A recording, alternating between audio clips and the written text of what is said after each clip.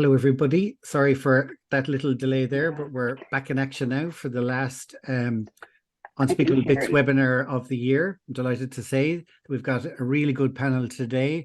As usual, we have our host, Travis, who will introduce everybody. But before that, I just want to say that anybody that has questions during it, there's the Q&A button down there in the bottom. Just put the questions into that rather than chat, and I'll be feeding the panel questions then throughout it. So without further ado, I'll hand over to Travis. Thank you, Fergal. Thank you. And hello, everyone. Welcome to this edition of the Unspeakable Bits. As Fergal said, I'm Travis L. Gleason, and I will be your host this evening. We thank MS Ireland for their support and for giving us a platform to delve into topics that were once and I suppose still often are considered taboo, but they are real. They're an important part of getting over, under, around, and through the challenges of living with this disease. And as this is the conclusion of our first full year of the Unspeakable Webscast, I'd like to personally thank Fergal for all the behind-the-scenes work that has gone into producing these programs for MS Ireland and for the worldwide community. As mentioned, please use the Q&A tab or the questions tab on your screen if you'd like to ask something in a panel, and not the chat function. We'll try to get to as many of those questions as we can over the course of the next 50 minutes or so, as we're able to. We began planning this program a number of months ago. In fact, I started growing a beard just for the Santee look. When I told Fergal that we wanted to call this Christmas on the Island of Misfit Toys, he didn't quite understand the reference, and I get that. I think it's an American thing. But if you're not familiar with it, I'd highly suggest searching the Island of Misfit Toys from the Rankin and Bass stop motion animation of Rudolph the Red-Nosed Reindeer. It's classic, and it's sort of it laid the foundation for this concept of this program. But you didn't tune in for my own Christmas memories. We have an impressive panel of experts, so let's get to them. Both Holly Hill and Lucina Russell are people who have been living with MS for a number of years. Mary Leonard is from MS Ireland, and she's one of the community workers up in the Midlands. And Ruth is a mental health therapist professional. So we've got bases covered, and so let's just plan and jump right in. Holly and Lucina, both women with MS, both single moms for many of their children's Christmases, and both friends of mine and very dear to me. So I thank you both for joining. Lucina, let's start with you. Maybe tell us a little bit about those early years when MS was first part of your Christmas story. Yeah, and hi everybody. It's lovely to be here. So funny, if you were to ask me when I was diagnosed with MS, I couldn't tell you the year, but I know my children were 3. I have twins, a boy and a girl. So I'll always associate it with what age they are. So they were 3 at the time, and I remember being very sick with 2 toddlers jumping on a bed, and I really wasn't able for them. But obviously we had some notice about tonight, and in some way I've been reflecting on it. In some ways I feel life has been good since then in many ways. And probably has improved, and I was conscious of that tonight, even coming here. And I know that everyone's story with MS is very personal and individual, but I suppose I'm a good news story really, in that my life has gotten better since my diagnosis, and some of that was taking pretty big life decisions that weren't easy at the time, but ultimately really trying to take stock of my personal health, my mental health, and it certainly has helped. But yeah, so Christmas, I think I'm more of an Easter person, and I have to say Halloween because my children are their birthdays on Halloween night. But it is stressful, and I think just some of the logistics around my life, just around family, where they're living, it always involves lots of travel. Children that could never quite decide until very close to Christmas what they wanted for presents. And you know that in the younger years that can be a little bit tricky. So yeah, I'm probably putting too much expectations on myself in terms of what I should do. But yeah, and when promo, Travis, when you had your Santa hat and very impressive beard, like I can't do Christmas in November. I'm usually a bit of I'm not a lastminute.com person, but I'm not a Christmas in October or November type person.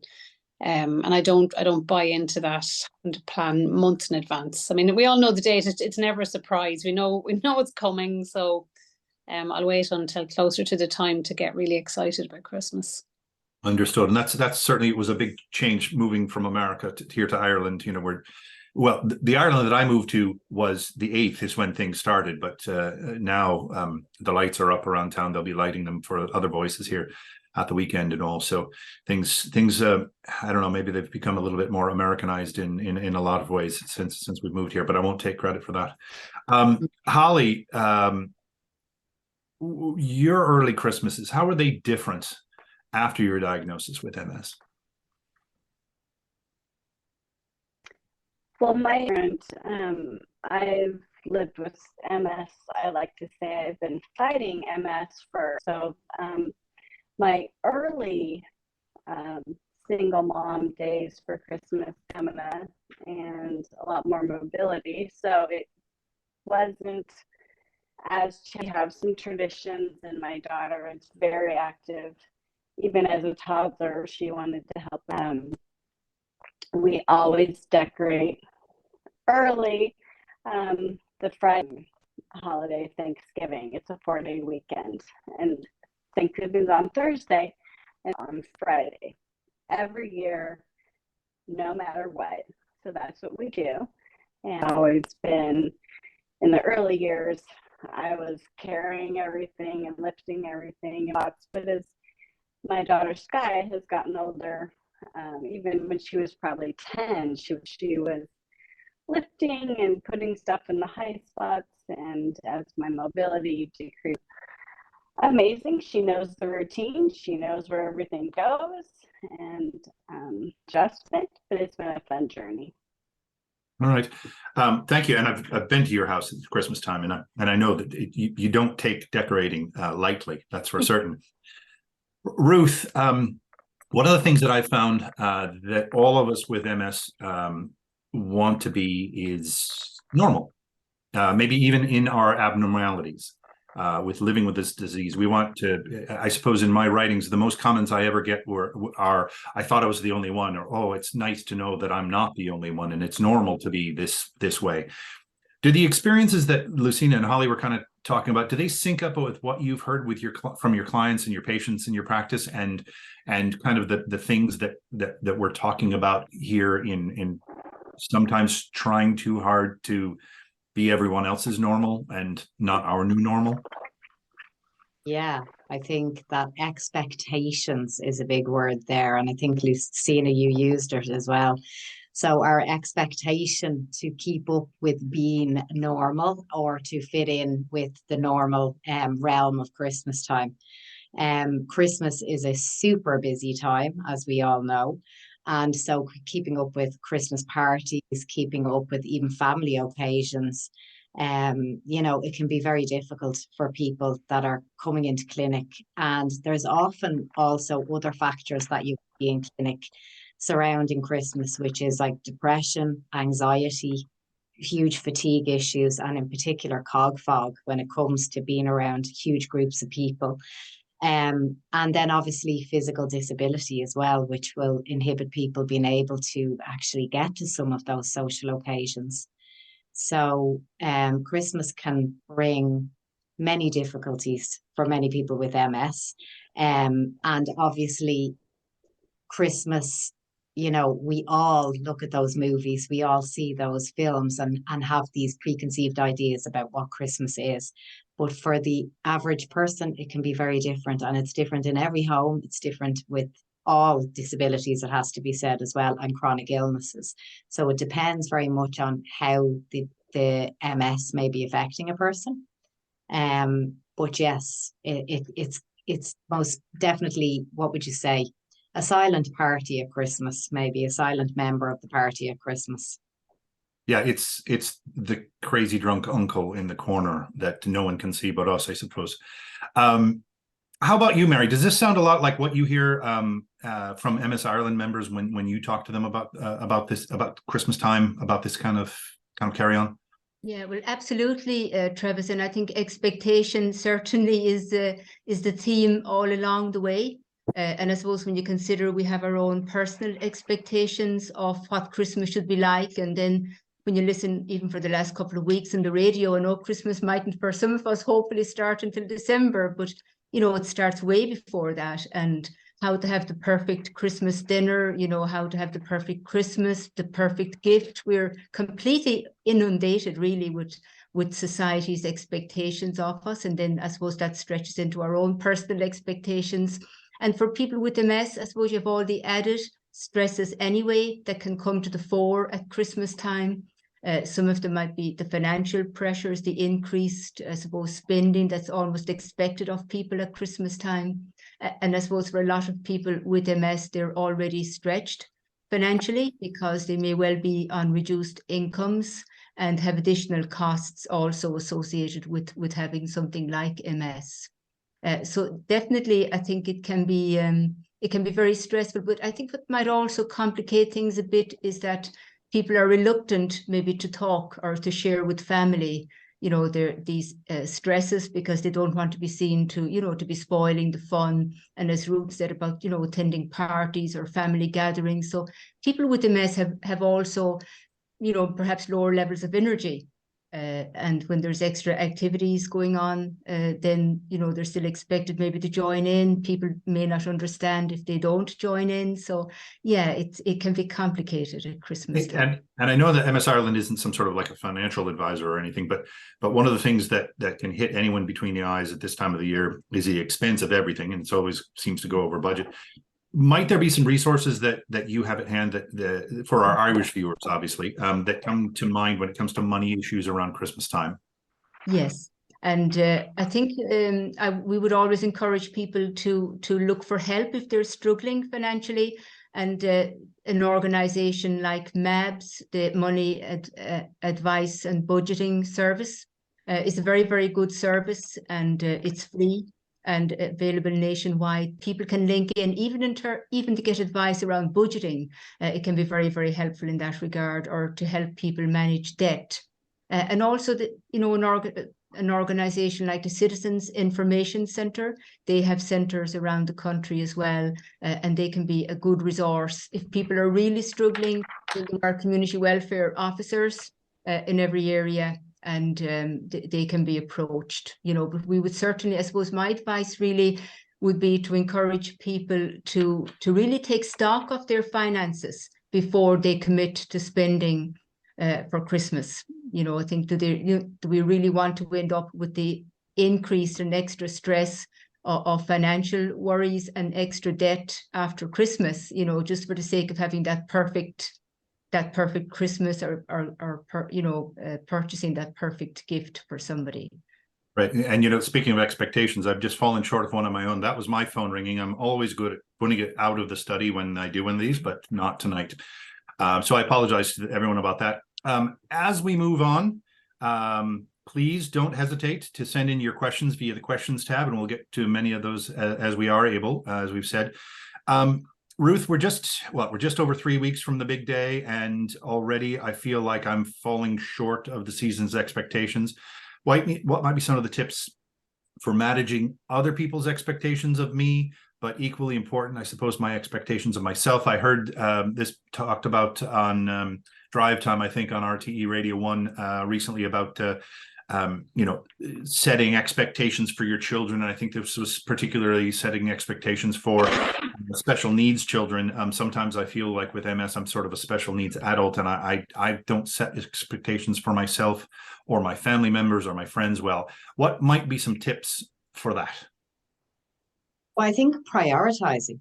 If you can prioritize what is important for you, or most important for you to engage in over the Christmas period, and if you give yourself, choice, and choice being actually really important word, because when we have choice in our lives, we feel like we're in control of our lives. When we don't have choice, we feel that lack of control. So if you really sit down and prioritize, and, you know, rather than having unrealistic expectations, work out what is most important. Is, like, you know, for somebody who may have, let's say, fatigue, do you really need to go to the parties? Do you really need to decorate the house? Could the kids decorate the house? I heard Holly say that they're actually, you know, could it be the kids' job to do that? Could it be that you sit around the table and do sitting down activities like baking, like crafting, like, you know, the old school things that we did before, the madness of spending for Christmas. Like, how is it that you will gain joy out of Christmas? And trying to eliminate other people's expectations, honing in on your own choice, as I've said, but also having that piece of self-compassion and remembering that MS is not a choice, and that choice has been taken away in some respects due to that. And knowing that, you know, maybe you need extra rest over Christmas to be able to keep up. Maybe you need to be able to say no, and actually learning to say no is a really good thing, because again, there's an element of choice in that, and that gives back that element of control in your life too. You know, it's funny, when I was a culinary student, I learned that in prisons in America, they were having mental health issues, and I've talked about this before. And they found that through studies, they changed one thing in the prisoner's life every day, and that they gave them a choice of 2 different entrees for their main meal. You know, it wasn't great. It might have been the hot dog or the chicken leg or whatever, but they felt like they had control. They felt like they had a choice, and their mental health increased. And just so everyone knows, that's why you have a choice of meals on airplanes. Nobody wants the chicken, nor do they want the beef, nor do they want the pasta, but you feel like you have a choice. And even if you didn't want it, when they run out halfway through the plane, don't we all get angry because we've lost that control, that bit of choice. So you're right, Ruth, absolutely. That choice and control, even if it's a bit of an illusion, really is important to our overall mental health. You know, a friend of mine told me that in Ireland in particular, Christmas is about everything. And today is 11 years since we landed and we moved to Ireland. I wouldn't agree with that assessment. In fact, I feel I'd be a little bit remiss if I didn't recognize on today that the first time now that we hear the fairy tale of New York is going to be a little bit different, with the passing of Shane MacGowan today from the Pogues. So that's a little bit sad, but that's always been a tradition. You know, that first time that it comes on the radio, I love it. And traditions are really the most important aspect of the season in a lot of ways, but tradition for tradition's sake, maybe I'm not so sure about that. I know Nigella Lawson started quite a storm this week when she suggested skipping Christmas cake and having a chocolate dessert instead. And I know the switchboard's lit up like a proverbial Christmas tree about that. But traditions are for passing on and keeping a memory and handing it out. I once wrote that traditions are not for holding on to yourself. They are for passing on and allowing others to take part and to take over. And if you don't do that, it's not a tradition, it's an obsession. And that's not really good for us. And in fairness, I wrote that after I realized that I'd been holding on to a fair good few obsessions of my own. And we talked about decorating, etc., Holly, in advance of Christmas. I'm wondering, as you had said, you kind of lost some energy for that, and sometimes you had more and others. But not everybody's got a willing hand, a Sky or a partner or a husband or a wife to do that. Have you found that you've trimmed anything back, or any suggestions for when you do want to go full blown, Santa on the place? Any suggestions? What's worked for you? Holly. Well, we definitely have scaled back how much we do. I was able to outside decorating to my wonderful husband, so he does that, and I don't have to worry about that. And Stamina, and Sky is 21 now, so she does, which is really helpful. Having someone there to reach the top of the tree where I can't, or carry the heavy, and then just be willing to say, I don't need to put that out this year. And that's self-editing there.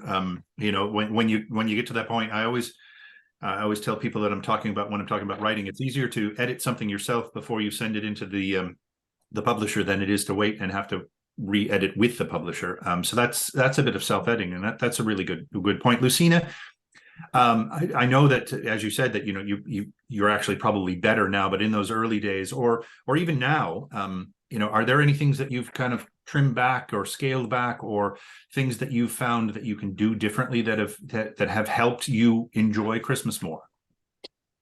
I don't know if I've really changed things, but I think I'm very committed to shopping local. And I quite enjoy that and doing it little by little. When I do get into the spirit, which I will do soon, and just shopping local, and that, you know, if something's the wrong size, wrong color, it's broken, you can bring it back to the nice person who's in the local town. Just find that good. And even gift wise, I know I've got really nice holly in my garden, 2 different types, and giving gifts of you know, handfuls of holly, you know, just has been a lovely gift. And it you know, simple gestures at times, I think, that have made things important. But as regards tradition, I'm vegetarian, so there won't be any dead birds at my table. I grew up on a farm and I plucked turkeys when I was a child, so maybe post-traumatic stress on that one. So it's a vegetarian dinner in my house, and we'll probably cook it on Christmas Eve and have it on Christmas Day again. And that's sort of just to sort of not have the stress on Christmas morning and have it cooked already.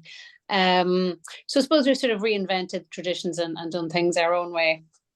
Something as regards compromise, one year I did buy an artificial tree. My children absolutely hated it. There was nearly a mutiny. So that's been in the attic ever since. So we usually haul a very large tree into the house, and that's usually a bit of a drama, but it's always good fun. So I think I quite enjoy that.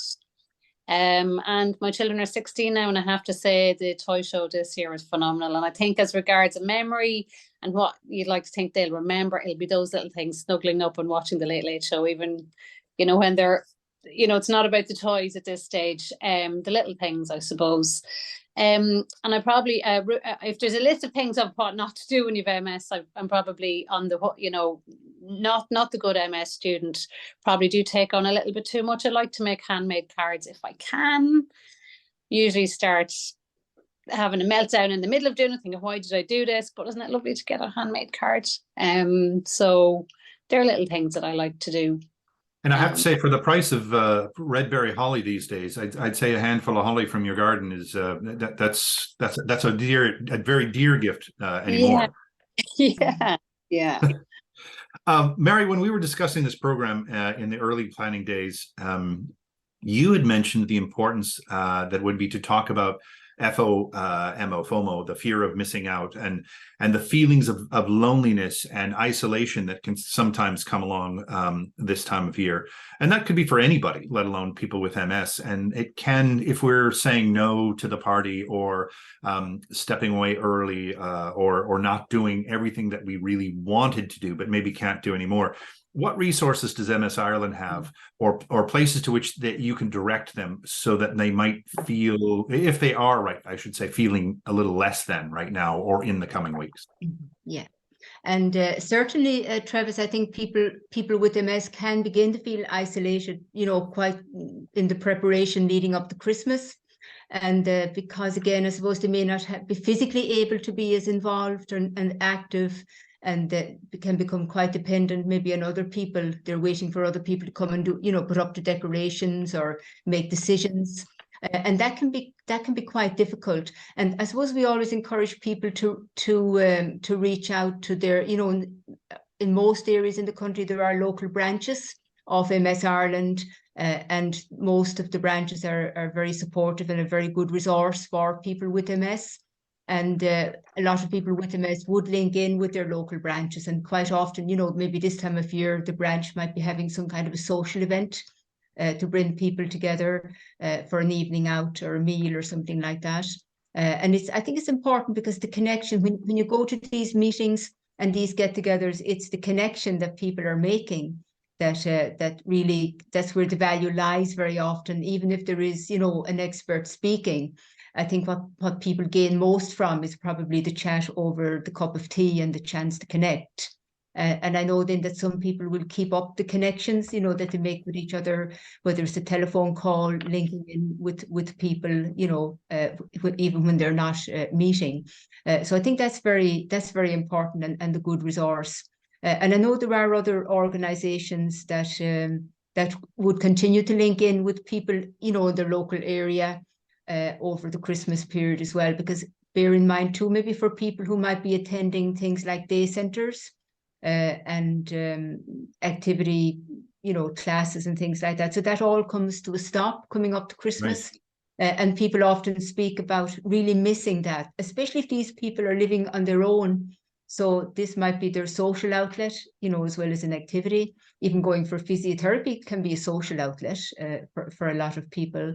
I always encourage others, I suppose, to bear this in mind, maybe, you know, give people a call. Also, I suppose, remembering people in nursing homes. We would have some people with them as young people, perhaps in nursing homes. And Christmas can be particularly difficult because I suppose it heightens their sense of being separate and away from family, you know, and especially if they're young people and they feel really that their place is in their family. And unfortunately, they're living in a nursing home through no fault, you know, nobody's fault particularly. So I think if any of us can at all maybe link in with people coming up to Christmas time and around Christmas time, that can be very important. In whatever way we can, a phone call, or, you know, if we can't do a visit, maybe a phone call, even a text message. I know that last Christmas I sent lots of people a text message just before Christmas, maybe the day before Christmas. And it's amazing how grateful and thankful people were for that connection, you know, people that might have very little contact. You know, I've on occasion, Siobhan will, my local community worker will just drop an email to me or a phone call, and it makes a huge difference. So I do want to say, Mary, thank you to yourself and to all of the community workers for MS Ireland for all that you do, and it does make a difference indeed. And Holly, I know that you're joining us right now from Palm Springs, California, and you've been involved in the past a lot with the National MS Society in America. Help me remember, is it the phone number there is 1-800-FIGHT-MS? Is that correct still? Are you hearing me, Holly? Probably. I honestly don't remember. I think it is. That's my mantra right now. I don't say I live with MS. I say I fight MS. There you go. Well done. Yeah, and you know, when we were talking a little bit about editing things, I've got so much going through my head, and maybe I shouldn't have had that cup of tea, but editing is so important. When we first moved here, I tried to be, you know, everything to everyone, including myself, and all the neighbors got a big platter of many different kinds of American style Christmas biscuits and cookies, and it was lovely and everyone enjoyed it, but my God, I was absolutely wrecked. And so it went then to everyone got a little porter cake, and then that, you know, that's still 48 hours of work in advance, and so now everyone gets a little loaf of banana bread. But you know, you sort of edit your way along there.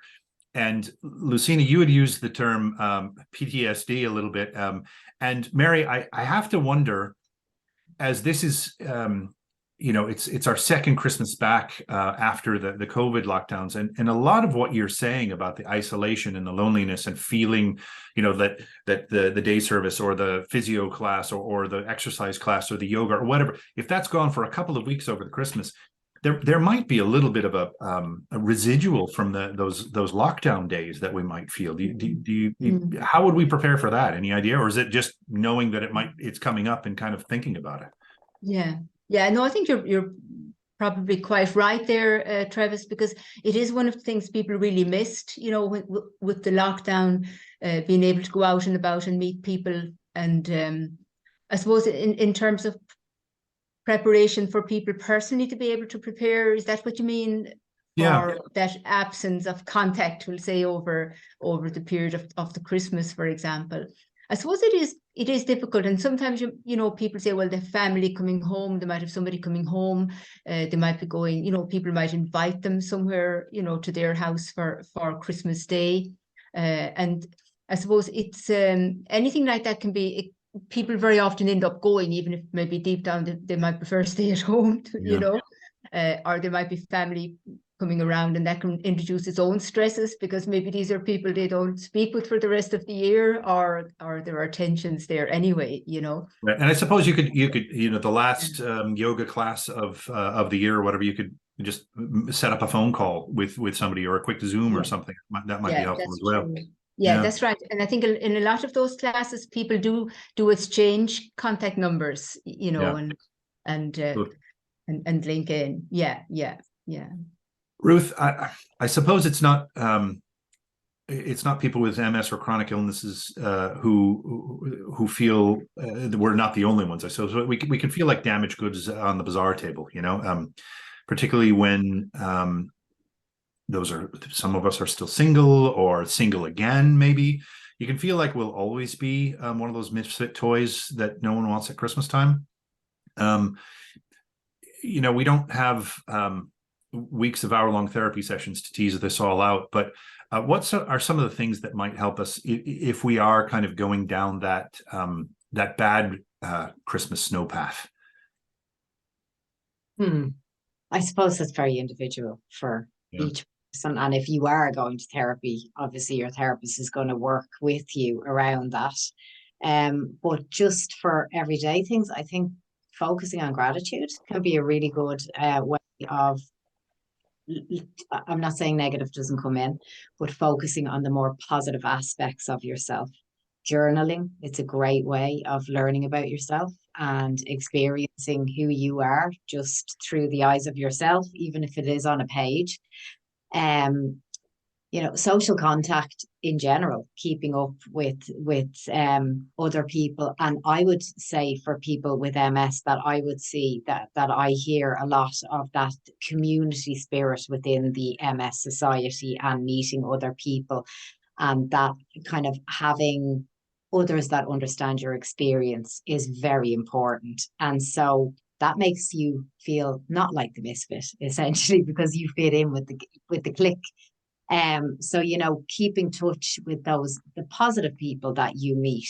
And again, the Zoom calls and the WhatsApps, like what Mary mentioned, can be a great way of keeping in contact if you are alone at Christmas, and you do live with MS, because there is some people that will be alone and out there. But as for the misfit toy, I think it's very much it's a complicated question, because it's going to be different for everybody, how they deal with life, how they deal with challenges, and how we look at ourselves. I've been here before, and the self-compassion piece is most certainly the biggest piece, I think, for anybody living with chronic illness. I think for everybody in life, having that piece of experiencing the self-care, looking after your own needs, realizing it's okay to say no. That if you are the broken toy and you can't go along to things, if you are the broken toy and you can't walk the same as everybody else, whatever it is, that you are still you, and that there is things and parts of you to celebrate. So, yeah. You know, there's a lot to tease out there, but the idea of self-care is a very important one. But I suppose, like, I remember in my creative writing class in school, when the teacher made us journal for 2 hours every week, I didn't know what the hell that even meant then. And you'd mentioned journaling. That's why it came to mind. And when you mentioned self-care, for a lot of people, that is a word, a buzzword they hear, but they mightn't understand really what that is. So when it comes to, we'll say this time of year, but I suppose all times of year, what specific things fall under that self-care heading? Well, I think it's, you know, looking after yourself physically, mentally, emotionally, spiritually, if that's your thing. And so again, that's going to be very individual for each person. And then touching base with the different aspects of that. And then when we're talking about MS here, obviously physically people are going to be impacted, but that doesn't mean that somewhere along the line that you might not be able to do something. So it's honing onto the parts of yourself which you can still flourish and thrive with, and taking care of those parts and learning to love those parts. And that's a really important part of chronic illness, I think, and I would hear a lot of it with clients that have MS. You know, often a part of the self is lost, and relearning who the self is. And again, that can change with relapses and with different challenges over the years that people live with MS. But it is about, again, honing in on the unique parts of yourself and celebrating them.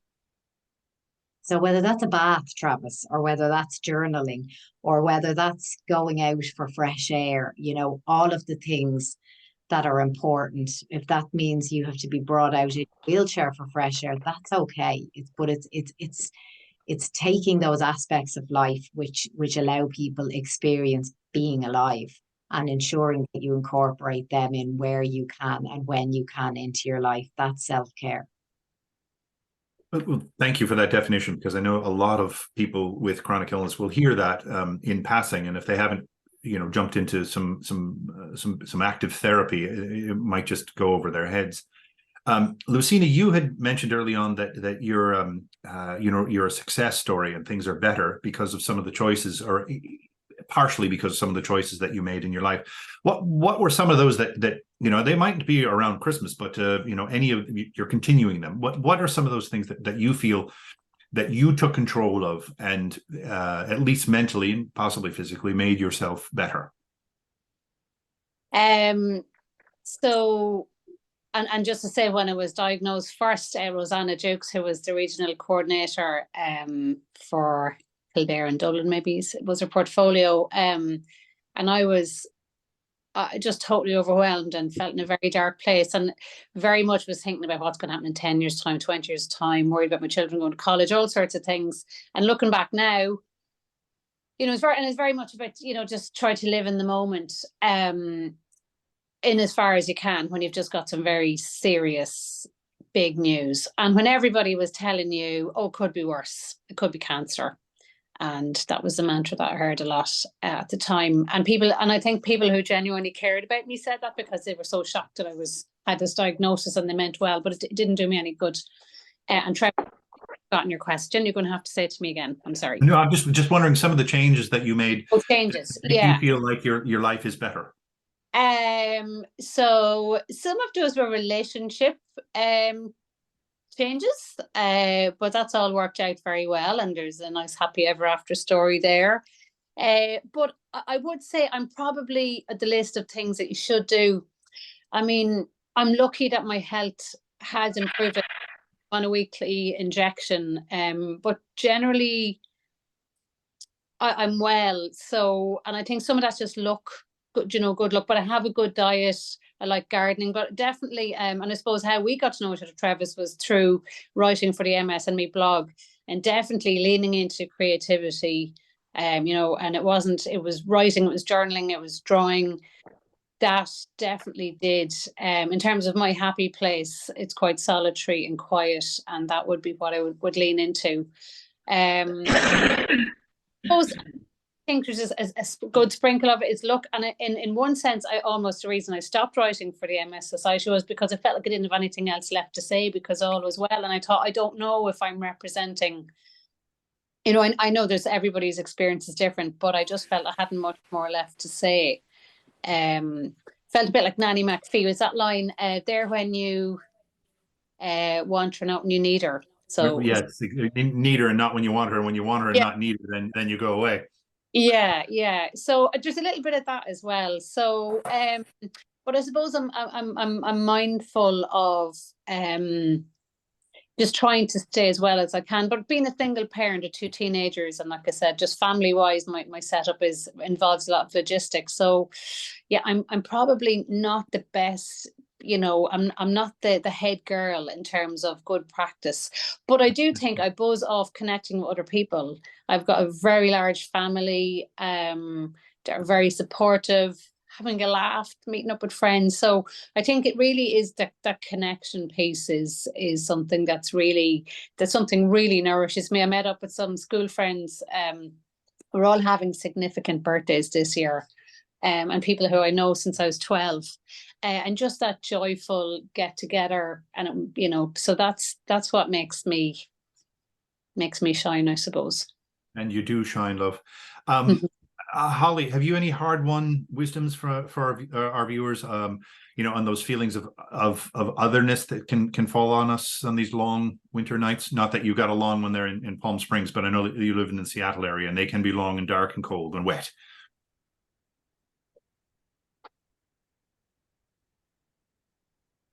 We're not hearing you, love. Can you maybe talk louder? See? No, I think your microphone might be a little wonky right now. All right, we'll give it. We'll see if we can't rework that. Ruth, there is a question that's coming in about dealing with sadness and depression, and those are two different things. Sadness and depression, but specifically following a relapse. And I think someone is maybe going through that right now. You throw a relapse on top of getting ready for Christmas, and that's tough. Absolutely. And as you say, sadness and depression are two different things, but at the same time, they're often interlinked. And remembering that the sadness is probably linked with the grief of going back into a relapse. And the depression part can also be linked to changes in the brain, it has to be said, but also into whatever aspect of relapse. I did actually try to ask, had she a specific question in relation to, but if you are struggling with sadness and depression, I would encourage you to go to a mental health professional and to talk it out. And that doesn't have to be long term. It could just be to get the cards off your chest and just allow some of it to be expressed. But being patient with yourself as well. A relapse is clearly something that is very scary for somebody living with MS. And, time and adaptation and patience, which we often don't have when we're feeling depressed and sad. We can lose the ability to have all of those things for ourselves. So I wasn't quite sure what it was that she was asking, because she did say she would like to ask a question about it, but I wasn't quite sure. How about this? Maybe just so that everyone can understand, because not everyone does understand. What is in a snippet? What's the difference between sadness at an event that makes you sad and depression? Okay, well, sadness is just sadness is literally sadness. It is feeling teary, feeling maybe loss for something, but depression is it is a far more consuming feeling. It is waking up in the morning with dread. It is waking up in the morning with gloom. It is not experiencing joy in your daily activities. It is not being able to get out of that sadness and possibly not being able to stop crying, a feeling of grief, a feeling of heaviness, a feeling of having no drive, a feeling of being entrapped. That's depression. But the two do obviously come hand in hand. You're going to experience sadness when you're going through a depression. But the depression itself can often be underlying as well. And then when something happens, it can uplift the depression. And of course, grief would come with relapse and would be linked to depression as well. And that's why I spoke about giving yourself patience and time to adapt and go through the process also. All right. Thank you for that. Listen, I want to respect everyone's time this evening. So I'm going to ask each of you for a couple of final thoughts, and we'll start with you, Holly, and we'll see if your microphone is working for us. Have you any final thoughts on the run up to Christmas for everybody? Holly? Yeah, I think it's just, is it working now? Yeah. I have embraced my inner. I have been willing to say no to things and realize that it's great for me emotionally, mentally, and it's really helped me because going to these events makes me feel more isolated than not going sometimes. Just be willing to say no and realize that just being with people That's very good advice. I've myself, I kind of had to tease that out in my own brain and convince myself that by saying no to some things, I was saying yes to myself in other things. So that's very good. Lucina, any final thoughts on the run up to an Irish Christmas? I know it doesn't start for you for another week or so, but work away. I'd say it's the little things, the little gestures. Mary mentioned about sending texts to people.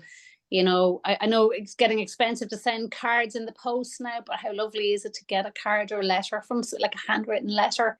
Like I mentioned the holly earlier, Travis, you mentioned the banana bread, that it's not always the grand gestures, I think, or cutting up and watching a film with somebody. But yeah, I'm very conscious that other people's experience for Christmas might not be as happy as mine hopefully will be. And that even myself, that I'll make an effort that I'll be reaching out to other people, just to make that gesture. Very good. Thank you for that. And thank you for being here. Mary, some final thoughts from yourself and from MS Ireland? Yeah, just two things really I'd like to mention, Travis. And one is Christmas time can also, I suppose, bring additional physical demands on people. And if you have MS, a good tip would be to store up some energy beforehand, you know, but that can also apply before maybe any kind of exertion or outing or something big that you have coming up. So maybe take it as easy as possible physically leading up to Christmas, you know, or Christmas Day, if that's going to be a demanding time for you, and store up some of that energy. And the second thing that I want to say is that, you know, you hear lots of people saying they don't like Christmas. And people can dread Christmas, but there'll surely be some aspect, you know, some one thing about Christmas that you could try and focus on and get some enjoyment and pleasure from, you know, whether it's the food or the carols or whatever it is. And yeah, to make time, I suppose, to follow on from what Ruth said, make time to look after yourself over in the midst of the hustle and bustle. Take some time out and make sure to do something that you find restorative for yourself and helpful for yourself. Very good. And I have to say, when you were talking about storing up energy before going out, it's bleeding cold out there tonight, and the next several days are supposed to be very, very cold. So keep an eye on the weather and just know that it could be slippy out that front door. And the last thing any of us want to do, particularly anyone with MS would want to do, would be to have a slip and fall. Probably no ice there in Palm Springs, California there, Holly, but the rest of us are dealing with it cold tonight. Ruth, we'll give you a little extra time on the wrap up here, because I think a lot of what you're touching on is, I don't want to say it's opening wounds for people, but it's helping us identify some issues that we've been scratching at, but not knowing what they are. So some final thoughts for people with MS from you.